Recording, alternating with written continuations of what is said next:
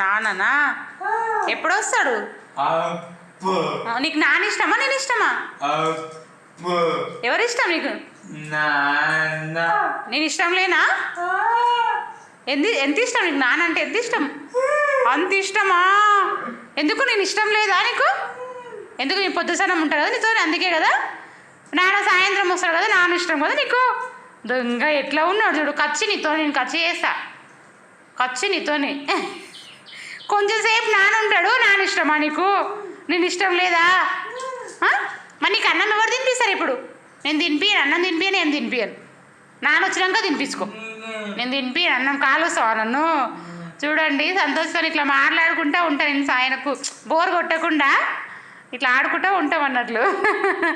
ఇవే మాటలు సంతోష్ నావి. ఇంకా ఒక్కడు ఉంటాడు కదా, నేను మాట్లాడుతూనే ఉంటాను అన్నట్లు. బాయ్ చెప్పు నాన్న.